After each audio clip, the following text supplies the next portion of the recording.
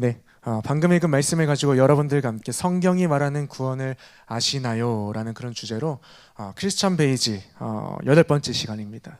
8번째 시간을 함께 나눠보려고 합니다. 여러분, 구원이 무엇인가요? 유신 형제, 구원이 뭐예요? 공짜. 구원이 공짜다. 그렇군요. 요셉 형제, 구원이 뭐예요? 네, 네. 뭐 놀라우니. 구원은 주님께서 죄인인 나를 구원하여 주시고 하나님의 자녀 삼아 주신 것, 그게 바로 구원입니다. 이제 기독교에서 말하는 구원이 바로 그거죠.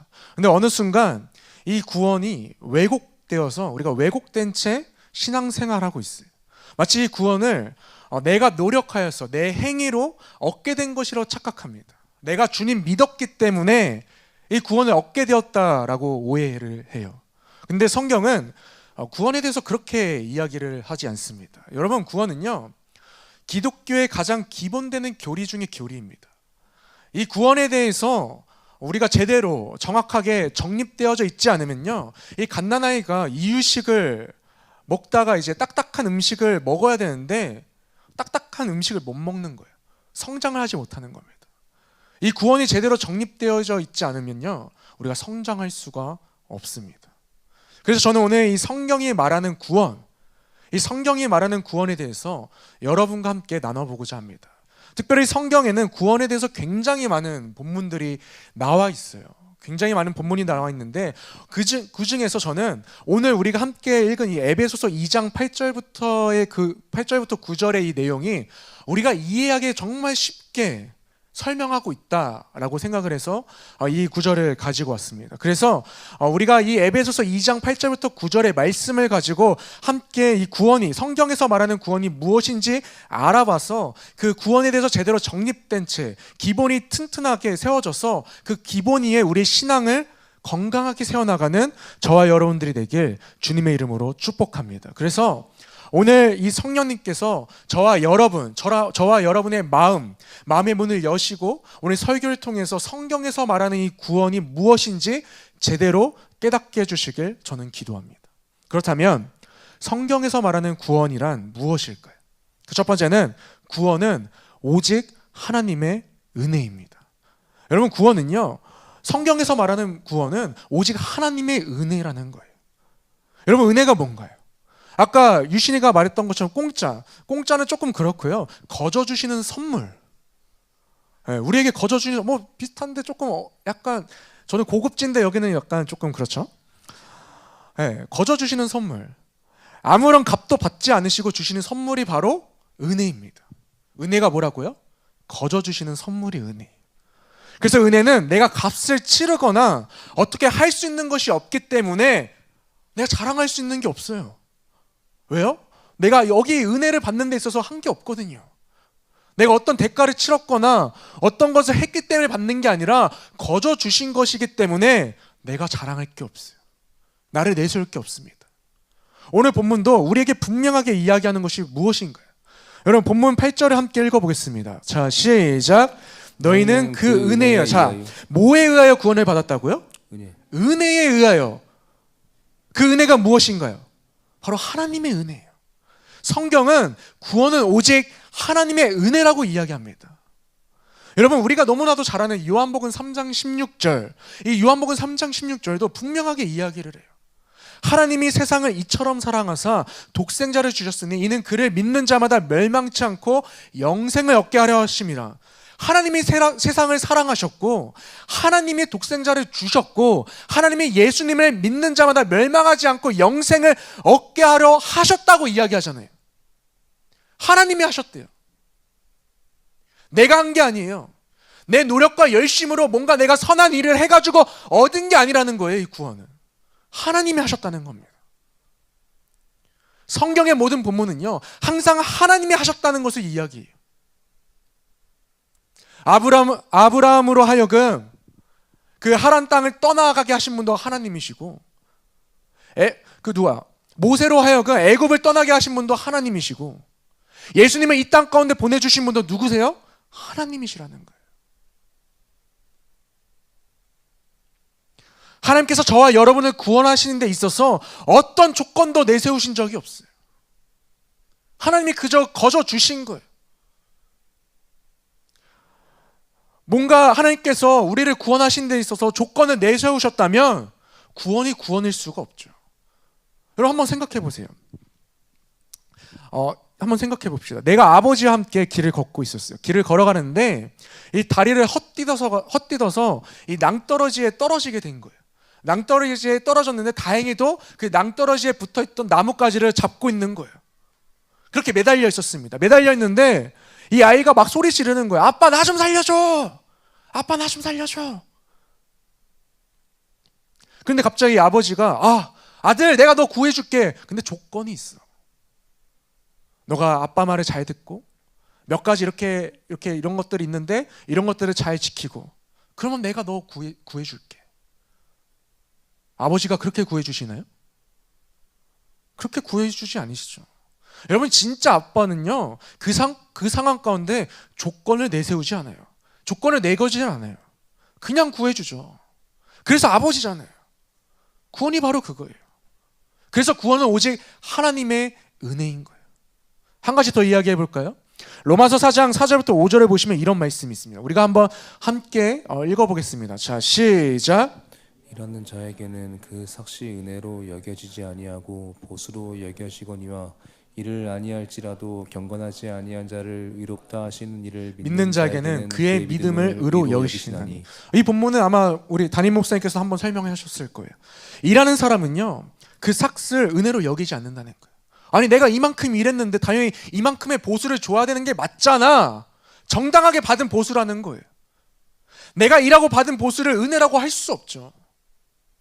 그러나 구원은 내가 일해서 받은 보수가 아니라는 거예요.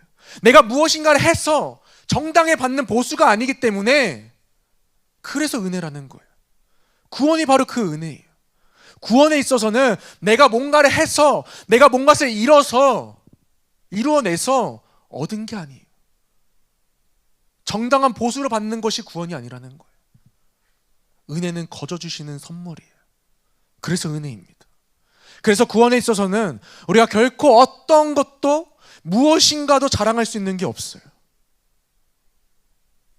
그래서 오늘 본문 9절에서도 사도 바울이 뭐라고 이야기를 합니까? 본문 9절 뒷부분을 한번 읽어보겠습니다. 자, 시작. 이는 누구든지 자랑하지 못하게 함이라. 아무도 자랑하지 못하게 하신다는 거예요. 거저 주신 선물이기 때문에. 그래요. 구원에 있어서는 우리가 결코 무엇인가를 자랑할 수가 없어요. 저는 요즘 이걸 뼈저리게 느껴요. 나는 정말 자랑할 게 아무것도 없구나. 내가 이 자리에 서서 청년들에게 말씀을 전하는 것도 내가 누구보다 훌륭하고 뛰어나고 내가 누구보다 성품이 좋거나 신학교와 대학원에 나와서 다녔다고 해서 이 자리에 서는 것이 아니라 나는 은혜로 구원받은 사람이기에 은혜로 이 자리 가운데 불러주셨기 때문에 내가 하는 거구나. 그래서 나는 나를 내세울 것도 자랑할 것도 아무것도 없구나 라는 것을 요즘 뼈저리게 느껴요. 그걸 느끼니까 누군가의 단점을 보는 게 아니라 누군가의 장점밖에 보이지가 않아요. 여러분 저번 주에 나중에 마지막 예할 때 이야기할 건데 저번 주에 저희가 교회에 대해서 같이 이야기를 나눴잖아요.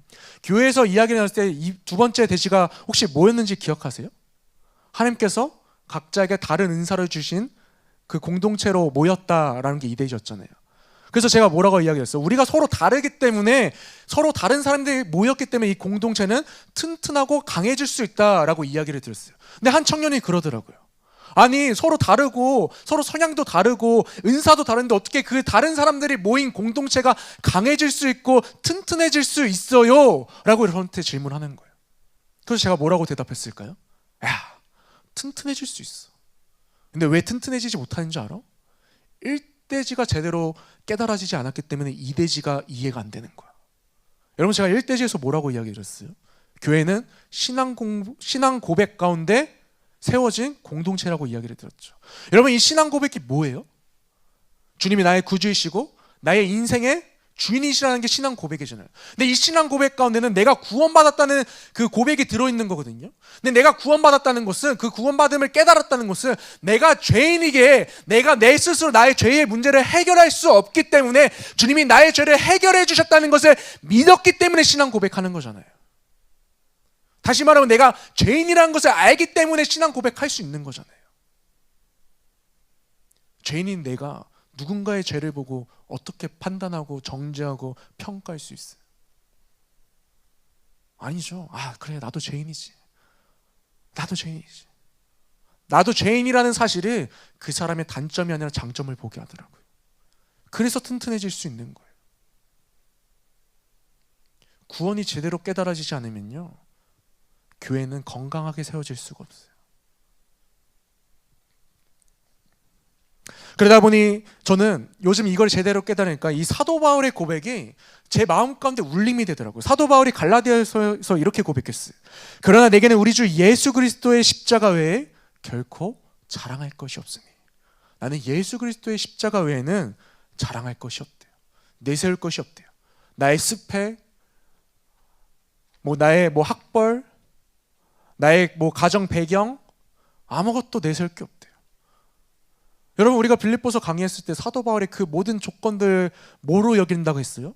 배설물로 여긴다고 했어요. 자랑할 게 없는 거예요, 구원 앞에서는. 왜요? 나는 죄인이니까.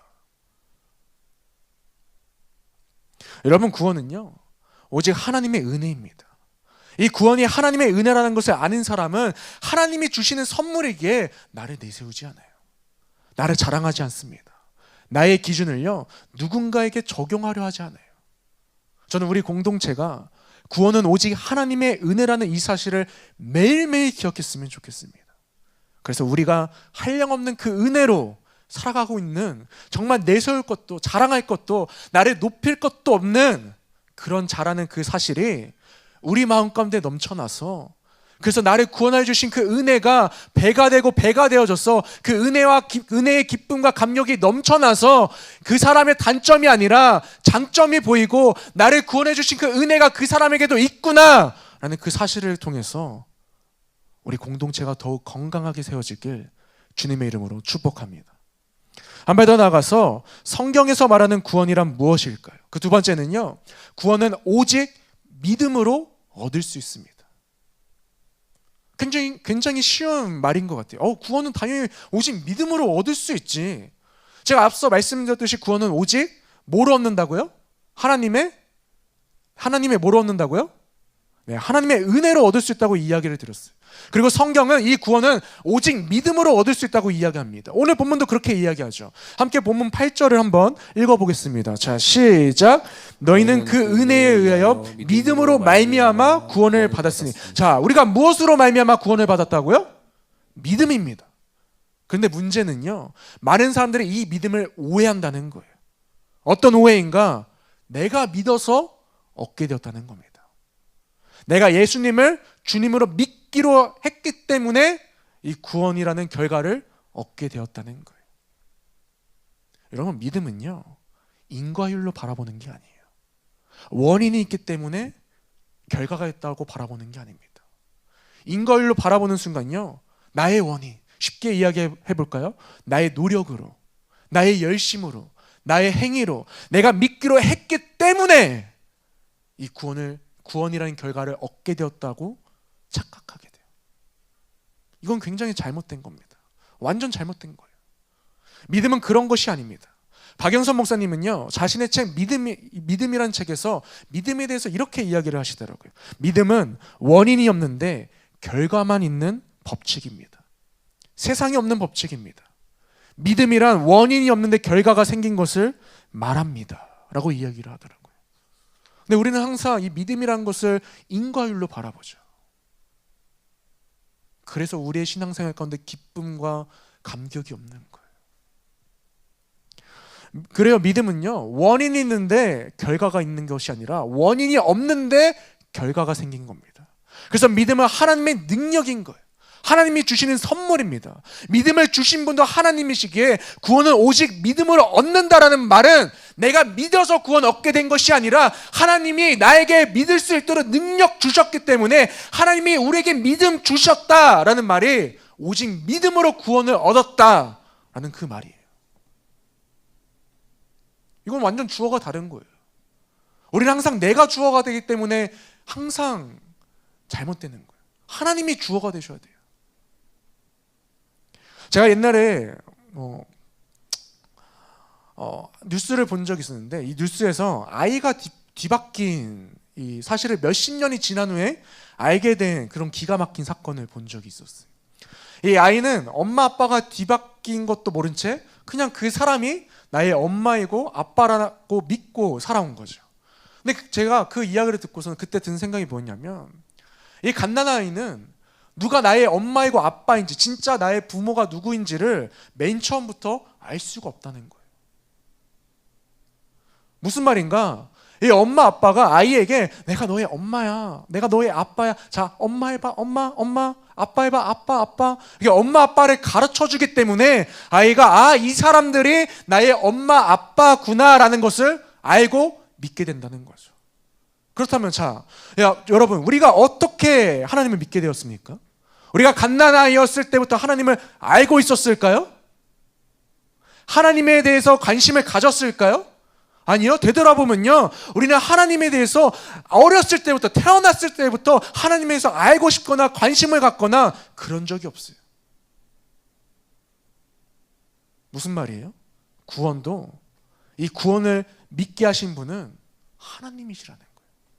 하나님이 우리에게 구원을 알려주시기 때문에, 구원을 믿게 하시기 때문에 우리가 구원을 믿게 된다는 거예요. 아멘이신가요? 아멘이세요? 그래요. 우리는 원래 믿음 가질 수 없는 그런 존재였잖아요. 믿음을 가지려면 맨 처음 내가 죄인이라는 사실을 알아야 되는데 어떻게 그 갓난아이가 내가 죄인이라는 사실을 알 수가 있어요? 알지 못하죠. 알지 못했던 존재가 바로 우리예요. 근데 지금 우리가 죄인이라는 사실을 알잖아요. 언제 알게 되었습니까? 나의 죄의 문제를 내가 해결할 수 없다는 것을 언제 알게 되었어요? 하나님께서 이 세상 가운데 독생자 예수 그리스도를 보내주심으로 알게 된 거잖아요. 하나님이 믿게 하신 거예요. 다시 말해 우리의 믿음은요, 내가 믿기로 했기 때문에 믿는 것이 아니라 믿음은 하나님이 주신 겁니다. 만약 하나님께서 우리의 인생 가운데 개입하지 않으셨다면 우리는 결코 믿음 가질 수 없어요. 그래서 사도 바울은 에베소서 1장 3절부터 5절에서 뭐라고 고백하냐면 이렇게 고백합니다. 찬송하리로다. 하나님 곧 우리 주 예수 그리스도의 아버지께서 그리스도 안에서 하늘에 속한 모든 신령한 복을 우리에게 주시되. 자, 우리가 한번 같이 읽어보겠습니다. 자, 시작. 곧 창세전에 그리스도 안에서 우리를 택하사. 자, 어떻게 하셨다고요? 우리를 택하셨대요. 언제부터요? 창세 전부터, 우리가 태어나기 전부터 하나님께서 택하신 거예요. 택하사 우리로, 자 계속 읽어봅시다. 자 시작. 우리로 사랑 안에서 그 앞에 거룩하고 흠이 없게 하시려고 그 기쁘신 뜻대로 우리를 예정하사 예수 그리스도로 말미암아. 누구로 말미암아요? 예수 그리스도로 말미암아. 사랑하는 젊은이 여러분, 하나님께서 창세전에 우리를 택하셨습니다. 우리를 구원하시기로 택하셨어요. 그리고 예수 그리스도로 말미암아 하나님의 자녀가 되게 하셨습니다. 그래서 믿음은요, 하나님의 열심이에요. 믿음은요, 하나님의 능력입니다. 하나님의 열심과 하나님의 능력으로 우리에게 주어진 겁니다. 그리고 그 사실을 믿게 하신 분도 바로 하나님이세요. 그래서 우리는 오직 은혜, 오직 믿음을 자랑해야 합니다. 나를 구원해 주신 예수 그리스도만을 자랑해야 합니다. 그래서 오늘 아까 앞에서 찬양할 때 어떤 찬양 불렀어요? 날 구원해 주신 감사. 구원해 주심에 감사를 찬양했잖아요. 왜요? 자랑할 게 그거밖에 없거든요, 우리가. 저와 여러분들이 오직 예수 그리스도만을 자랑하는, 구원은 오직 믿음으로 얻을 수 있다는 그 사실을 기억하여서 우리가 매일매일 살아갈 때마다 이번 블레싱뿐만 아니라 목장 모임 가운데서도 예수 그리스도만을 자랑하는 저와 여러분들이 되길 주님의 이름으로 축복합니다. 마지막으로 성경에서 말하는 구원이란 무엇일까요? 그 마지막은요, 구원은 나의 행위로 얻을 수 없습니다. 구원은 나의 행위로 얻을 수 없어요. 여러분, 종교와 신앙의 차이가 뭐라고 생각하세요? 제가 한 번은 이거 질문을 하고 넘어가 보죠. 자, 한민아, 종교와 신앙의 차이가 뭐라고 생각해? 성은아, 종교와 신앙의 차이가 뭐라고 생각해?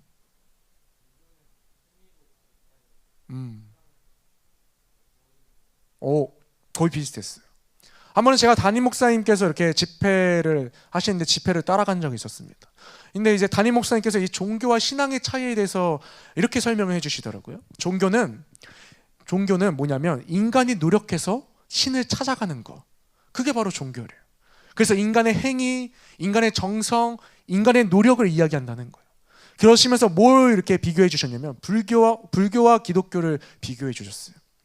불교에서 말하는 우리가 잘 아는 관세음보살, 여러분 잘 아시죠? 관세음보살. 이 관세음보살은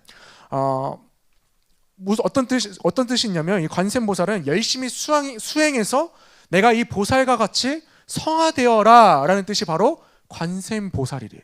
즉 노력해서 욕심을 버리고 내 자아를 깨트리고 이 보살과 같이 자비롭고 사랑이 많은 존재가 되어라가 바로 불교라는 거예요.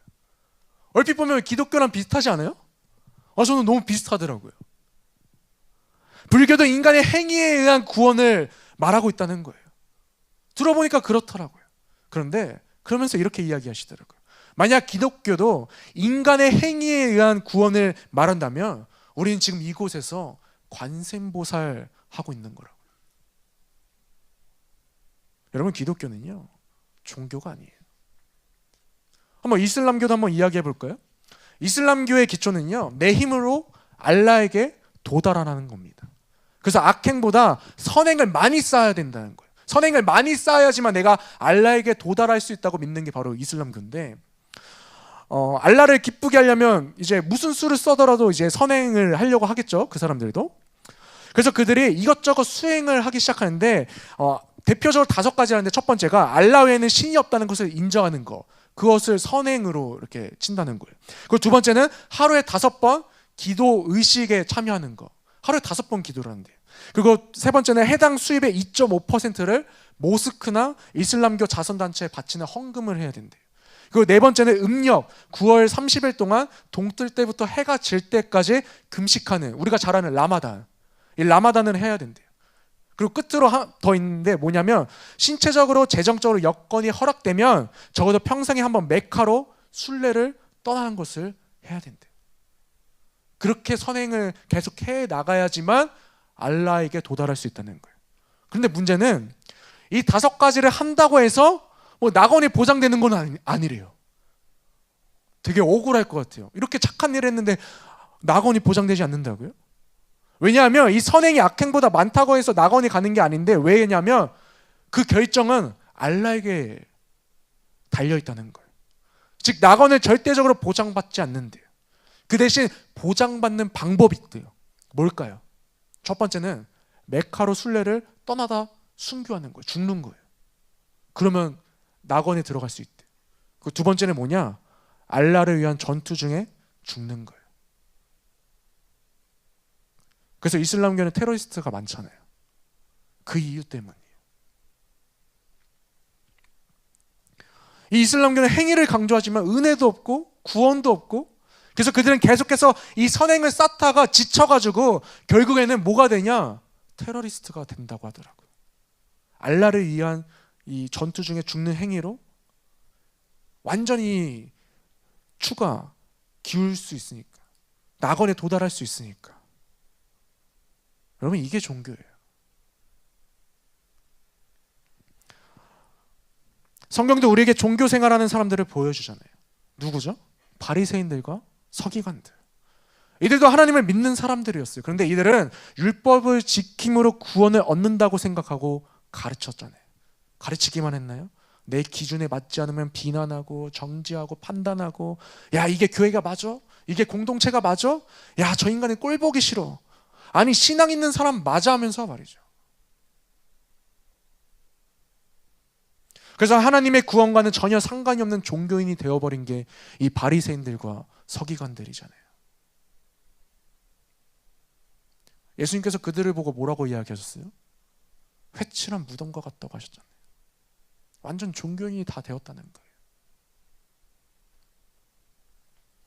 그것을 우리가 알면서도 우리가 왜 여기서 벗어나지 못하냐 말이죠.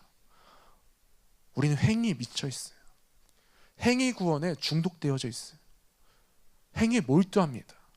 그래서 많은 그리스도인들이 외적인 것만 꾸미고자 해요. 결국 본질상 위선을 부추깁니다.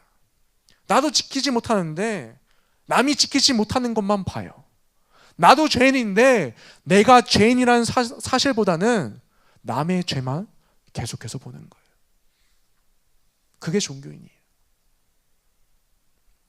필립 얀시의 놀라운 하나님의 은혜라는 책에 보면요, 헨리 나우엔의 한 고백을 전해주고 있습니다. 이렇게 고백하더라고요. 내 삶을 돌아볼 때 남들이 좋아하는 착하고 훌륭한 사람, 타인의 귀감이 되고자 얼마나 열심히 노력했는지 모른다. 죄의 함정을 피하려는 의식적 노력과 이 유혹에 지면 어쩌나 하는 두려움이 끈질기게 따라다녔다. 그런데도 내 하나님의 집에 내 마음이 편히 있기가 점점 더 어려워만 갔으니 정말 심각한 문제요. 율법주의 횡포요. 심지어 광신의 지경까지 이를 판이었다. 자유와 자원하는 마음과 기쁨이 갈수록 사라졌다. 그래서 행위신앙은요, 처음에는 최선의 동기로 시작하더라도 결국 우리를 하나님에게서 구원으로부터 은혜로부터 멀리 엉뚱한 쪽으로 가게 만듭니다. 혹시 구원의 기쁨과 감격을 잃어버리셨나요? 그럼 오늘 말씀 다시 한번 되새겨보세요. 여러분, 기독교는 그게 아니에요. 기독교에서 말하는 구원은요, 그게 아닙니다. 기독교는요, 종교가 아니에요. 기독교는 구원은 인간의 행위에 의해서 얻을 수 있다고 말하지 않아요. 구원은 하나님의 은혜입니다. 오직 은혜입니다. 아멘이신가요? 그래서 기독교는요, 은혜인 거예요. 구원은요, 오직 믿음입니다. 그래서 기독교는요, 믿음인 거예요. 기독교는 행위의 종교가 아니에요. 기독교는 하나님의 열심입니다. 오늘 본문도 이렇게 이야기하잖아요. 9절을 다시 한번 보겠습니다. 행위에서 난 것이 아니니 이는 누구든지 자랑하지 못하게 함이라. 우리의 행위에서 난 것이 아닙니다. 행위 쳇밖에서 내려오지 않는 이상 구원은 우리에게 은혜도 감격도 기쁨도 되지 못합니다. 공동체가 하나 될 수가 없어요. 남을 보기 전에 나를 계속 봐야 돼요. 남을 보기 전에 예수 그리스도를 계속 바라봐야 합니다. 그렇게 내가 은혜 안에 충만해지기 시작할 때, 나뿐만 아니라 각자 한 명 한 명이 그렇게 은혜 충만해지기 시작할 때, 그때 주님께서 이 공동체를 건강하게 세워나가시는 거예요. 사랑하는 젊은이 여러분, 구원은 행위로 얻을 수 있는 것이 아닙니다. 죄의 반대는요, 선도 아니에요. 죄의 반대는 선한 행위도 아니고 선한 노력도 아니고 선한 의지도 아닙니다. 죄의 반대는요, 은혜입니다. 기도하시겠습니다. 앞서 말씀드렸듯이 제가 그 청년과 계속 이야기를 했다고 했잖아요. 왜 이대지가 이해가 되지 않는가? 그래서 제가 그 친구한테 이야기해 준 게 이제 1대지가 뭐였냐라는 거였어요. 교회는 신앙 고백 위에 세워진 공동체라는 이야기를 제가 여러분들한테 드렸잖아요. 이 신앙 고백은 구원의 의미를 제대로 깨달은 사람만이 할 수 있는 고백이에요. 그렇다면 오늘 말씀을 통해서 여러분, 성경이 말하는 구원이 뭔가요? 구원은 하나님의 은혜로 오직 믿음으로 얻게 된 선물이에요. 내 행위로 얻은 게 아니에요. 나는 죄인이기 때문에 구원받을 수 없는 그런 존재였는데 하나님께서 나를 구원하시기 위해서 자신의 독생자들 예수 그리스도를 이 땅 가운데 보내셔서 나를 죄로부터 건져주신 것, 그게 바로 구원이에요. 그래서 이제는 더 이상 죄가 없다고 선언해 주시는 거, 더 이상 죄인이 아니라고 도장을 찍어주신 거, 그게 바로 구원입니다. 그래서 구원을 선물로 주셨다는 것을 아는 사람이 하는 고백이 바로 신앙 고백이에요. 내가 죄인이라는 것을 아는 사람은요, 그 사람의 단점이 아니라 장점을 보려고 해요. 왜요? 나도 단점이 얼마나 많은 사람인데 내가 도대체 뭐라고 그 사람의 단점을 보고 평가하고 판단하고 정죄할 자격이 도대체 어디 있냐 말이죠. 그래서 내가 구원을 제대로 알아야 합니다. 남들 보고 구원을 제대로 알아야 한다고 말하기 전에 내가 먼저 알아야 해요. 내가 먼저 은혜 가운데 있어야 합니다. 내가 먼저 믿음 가운데 있어야 합니다. 여러분, 제가 여러분에게 이 크리스천 베이직을 하는 이유는요, 이것을 가지고 내가 좀 더 많은 것을 안다고, 내가 좀 더 배웠다고, 내가 좀 더 교회에서 많이 봉사한다고, 내가 교회에서 한 자리 한다고, 내가 이 교회 오래 다녔다고, 뭔가 내가 위대한 사람인 것처럼, 내가 뭔가 한 자리에 있는 것처럼 나를 내세우고 나를 자랑하고 나를 드러내면서 그들을 평가하고 판단하고 정죄하라고 전하는 것이 아니에요. 나를 복음 가운데 굳건하게 세우라고, 나를 은혜 가운데 푹 빠지게 하라고 전하는 겁니다. 나를 바라보라고 전하는 거예요. 하나님이 나를 얼마나 사랑하시는지, 내가 얼마나 죄인인지, 그런 나를 어떻게 구원하셨는지, 그 구원의 은혜가 얼마나 큰 선물인지, 야, 이제 나는 정말 죄인이 아니구나, 하나님이 나를 자녀 삼아주셨구나, 내가 그 은혜 가운데 있구나, 아 주님 너무 감사합니다, 너무 기쁩니다. 내가 여기 이 자리 가운데 나와서 하나님을 찬양하는 거, 음으로 찬양하는 것이 아니라 기쁨과 감격으로 찬양하라고, 그 은혜 가운데 푹 빠지라고 이 크리스천 베이직 하는 거예요. 어제 한 지사님이 그러시더라고요. 아니 우리도 은혜 안다고, 우리도 은혜 알아요. 은혜 알아서 봉사하는 거예요. 은혜 알아서 섬기는 거예요. 그렇게 이야기하시더라고요. 그래서 제가 뭐라고 말씀드리는지 알아요? 아 물론 지사님 은혜 아시죠.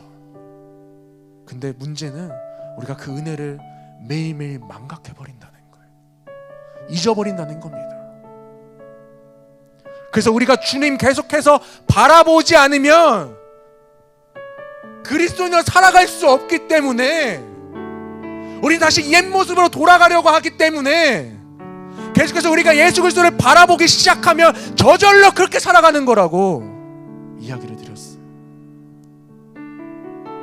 그래서 은혜를 강조하는 거예요. 우리 안에 은혜가 넘쳐나지 않기 때문에.